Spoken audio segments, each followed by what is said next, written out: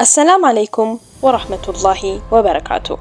ውድ ወንድሞችና እህቶች፣ በዚህ ህይወት ውስጥ እያንዳንዱ የሰው ልጅ መወደድን ይፈልጋል። በሰዎች፣ በቤተሰብ፣ በጓደኞች መወደድን ይፈልጋል። ነገር ግን ራሳችንን መጠየቅ ያለብን ከዚህ የበለጠ ጥያቄ አለ። አላህ ከሚወዳቸው መካከል ነን? የአላህ ውዴታ በዚህ ዱንያም ሆነ በአኺራ ትልቁ ስኬት ነው። አላህ ከወደደን ይመራናል፣ ይጠብቀናል፣ ይቅር ይለናል፣ ህይወታችንንም በበረካ ይሞላዋል። በቁርአን ውስጥ አላህ ስለሚወዳቸው ሰዎች በግልጽ ይናገራል። እነዚህ ፍጹም ሰዎች አይደሉም፣ በእምነት በትዕግስትና በቅንነት ለመኖር የሚሞክሩ ሰዎች ናቸው። ዛሬ አላህ በጣም ስለሚወዳቸው 7 አይነት ሰዎች እንተዋወሳለን። እምነታችሁንና ልባችሁን የሚያጠነክሩ እንደዚህ አይነት ማስታወሻዎችን ከፈለጋችሁ ይህንን ቻናል ሰብስክራይብ በማድረግ የቤተሰባችን አካል ይሁኑ። ይህንን ቪዲዮ ላይክ እያደረጋችሁ አስተያየታችሁን በኮሜንት ጻፉልን።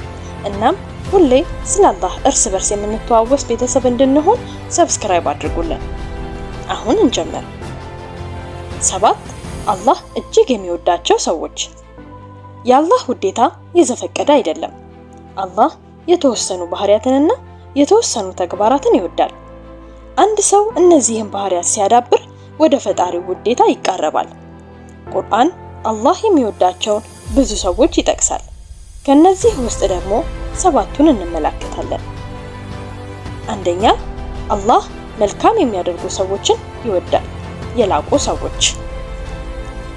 አላህ በቁርአን ውስጥ እንዲህ ይላል፣ በእርግጥ አላህ መልካም የሚያደርጉ ሰዎችን ይወዳል።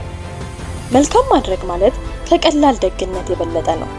ሁሉንም ነገር በብቃት ለመስራት መሞከር ማለት ነው። መልካም የሚያደርግ ሰው ሌሎችን ያለ ክፍያ ይረዳል፣ በደግነት ይናገራል፣ ሰዎችን ይቅር ይላል፣ በሌሎች ህይወት ውስጥ ምቾትን ለማምጣት ይሞክራል። በችግር ውስጥ ያለን ሰው ሲያይ ይረዳል፣ ሲያዝኑ ያጽናናል፣ ሲጠፉ ይመራቸዋል። እነዚህ ትናንሽ ድርጊቶች በአላህ ዘንድ በጣም ትልቅ ናቸው። ብዙ ጊዜ ሰዎች በጣም ሰፊውንና በትልቁ ሲያደርጉ ብቻ አስፈላጊ እንደሆነ ያስባሉ። ነገር ግን አላህ ትንሹንም መልካም ተግባር ያያል። ፈገግታ፣ መልካም ንግግር፣ የእርዳታ እጅ፣ እነዚህ ነገሮች የአላህን ውዴታ ያመጣሉ። አላህ ታጋሾችን ይወዳል። ህይወት ሁልጊዜ ቀላል አይደለችም። እያንዳንዱ ሰው ህመም፣ ብስጭት እና ችግር ያጋጥመዋል። ትዕግስት ግን አላህ ዘንድ በጣም ተወዳጅ ከሆኑት ባህሪያት አንዱ ነው። አላህ በቁርአን ላይ እንዲህ ይላል፣ አላህ ታጋሾችን ይወዳል። ትዕግስት ማለት ድክመት ማለት አይደለም። ትዕግስት ጥንካሬ ነው። ታጋሽ ሰው ቁጣውን ይቆጣጠራል፣ ተስፋ አይቆርጥም። ህይወት አስቸጋሪ በሚሆንበት ጊዜ እንኳን በአላህ ላይ መታመንን ይቀጥላል። ታጋሽ ተማሪ ትምህርቶች ከባድ ቢሆኑበት እንኳን ማጥናቱን ይቀጥላል። ታጋሽ ሰራተኛ በውጭ ሀገር ህይወቱ ብቸኝነት ቢሰማውም እንኳን መታገሉን ይቀጥላል። ታጋሽ ሙእሚን ልቡ ድካም ቢሰማውም እንኳን መስገዱን፣ አላህን መጠየቁን ይቀጥላል። አላህ እያንዳንዱን እንባ፣ እያንዳንዱን ትግልና እያንዳንዱን ጸጥ ያለ የትዕግስት ጊዜ ያያል። አላህ ታጋሽ ሆነው ለሚጠብቁ ታላቅ ሽልማትን ቃል ገብቷል። አላህ በእርሱ የሚታመኑትን ይወዳል። አላህ እንዲህ ይላል፣ በእርግጥ አላህ በእርሱ የሚታመኑትን ይወዳል። አላህ ማመን ማለት አላህ ለኛ የሚበጀውን እንደሚያውቅ ማመን ማለት ነው። አንዳንድ ጊዜ ህይወት እንደ እቅዳችን አይሄድም። ስራ ላይኖረን፣ ጋብቻም ሊዘገይብን ይችላል። ህልማችንንም ከሚጠበቀው በላይ ሊፈጅ ይችላል። ነገር ግን ሙእሚን እንዲህ ይላል፣ አላህ የማላውቀውን ያውቃል። በአላህ የሚታመን ሰው መስራቱን ይቀጥላል፣ ልቡም ስክነት ያለበት ነው። አላህ ምርጥ እቅድ አውጪ መሆኑን ያውቃል። በአላህ መታመን ለልብ ሰላምን ያመጣል። አላህ ፍትሃዊ የሆኑ ሰዎችን ይወዳል። ፍትህ በእስልምና ውስጥ ካሉት እጅግ ውብ ባህሪያት አንዱ ነው። አላህ እንዲህ ይላል፣ በእርግጥ አላህ ፍትሃዊ የሆኑ ሰዎችን ይወዳል። ፍትህ ማለት ሰዎችን በሚገባቸው መንገድ ትክክለኛ በሆነ አያያዝ መያዝ ማለት ነው። ፍትሃዊ ሰው ሌሎችን አይጨቁንም፣ ስልጣናቸውንም ኃይላቸውንም አላግባቡ አይጠቀሙም፣ አይዋሹም፣ አሊያም አያጭበረብሩም። አንድ ሰው ሀብታም ይሁን ደሃ፣ ጠንካራ ይሁን ደካማ፣ ጓደኛም ይሁን እንግዳ ፍትሃዊ ሰው በሚዛናዊነት ይይዛቸዋል። ፍትህ ለህብረተሰቡ ሰላምን ያመጣል። አላህም ለእውነት የቆሙትን ይወዳል። አላህ ተውበት የሚያደርጉትን ይወዳል። እያንዳንዱ የሰው ልጅ ስህተት ይሰራል። ማንም ፍጹም አይደለም። በእስልምና ውስጥ ያለው ውብ ነገር አላህ ከስህተቶች በኋላ ወደ እርሱ የሚመለሱትን ይወዳል። አላህ እንዲህ ይላል፣ በእርግጥ አላህ ተውበት የሚያደርጉትንና ራሳቸውን የሚያጸዱትን ይወዳል። ተውበት ማለት የተሳሳቱ ድርጊቶቻችንን ማወቅና አላህ ከልብ ማርታን መጠየቅ ማለት ነው። ይህ ማለት አላህ ሆይ ስህተት ሰርቻለሁ፣ እባክህ ይቅር በለኝና የተሻለ እንደሆን ምራኝ።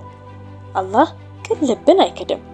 እንደ እውነቱ ከሆነ አላህ ባሪያውን ወደ እርሱ ሲመለሱ ይወዳል። አላህ ንጹህ የሆኑትን ይወዳል። በእስልምና ውስጥ ንጹህነት ማለት አካላዊ ንጹህነት ብቻ ሳይሆን የልብ ንጹህነትም ጭምር ነው። ንጹህ ልብ ጥላቻን፣ ቅናትን ወይም ትዕቢትን አይይዝም። ንጹህ ሰው ለሌሎች መልካምን ይመኛል፣ ሰዎችን ከመጉዳት ይቆጠባል። ልቡ ከመጥፎ ሐሳብ የጸዳ ነው። አላህ ልባቸው ንጹህና ቅን የሆኑትን ሰዎች ይወዳል። አላህ ለትክክለኛው ነገር የሚታገሉትን ይወዳል። አላህ ለእውነትና ለፍትህ ጠንካራ የሆኑትን ይወዳል። እነዚህ ሰዎች ትክክለኛ ለሆነ ነገር ይከላከላሉ። ኢፍትሃዊነት ሲከሰት ዝም አይሉ፣ ጥበብንና ትዕግስትን ይጠቀማሉ። ነገር ግን ጭቆናን አይቀበሉ። ሙእሚን ለእውነት የሚቆመው በድፍረትና በታማኝነት ነው። አላህም ለፍትህ የሚታገሉትን ይወዳል። ውድ ወንድሞችና እህቶች፣ የአላህን ውዴታ ማግኘት የማይቻል አይደለም። በሰብር፣ በደግነት፣ በሐቀኝነት፣ በመተማመንና በተውበትና በፍትህ የተገነባ ነው። በየቀኑ ወደ አላህ ውዴታ የመጠጋት እድል አለን። ፍጹም ላንሆን እንችላለን። ነገር ግን በቅንነት መሞከራችንን ከቀጠልን አላህ ጥረታችንን ያያል። በህይወት ውስጥ ትልቁ ስኬት ወይም ዝና፣ ሀብት ወይም ስልጣን አይደለም። ትልቁ ስኬት አላህ ሲወደን ነው። ይህ ማስታወሻ ከጠቀማችሁ የዚህ ቻናል ቤተሰብ ይሁኑ። ቪዲዮአችንን ላይክ እያደረጋችሁ ለሌሎችም ሼር አድርጉልን። ሐሳብ አስተያየታችሁንም በኮሜንት ላይ አጋሩን። ስለ አላህ እርስ በርሳችን በመተዋወስ እንድንቀጥል ሰብስክራይብ እያደረጋችሁ አላህ ከሚወዳቸው ሰዎች መካከል ያድርገን። አላሁመ አሚን። ወሰላም አለይኩም ወራህመቱላሂ ወበረካቱ።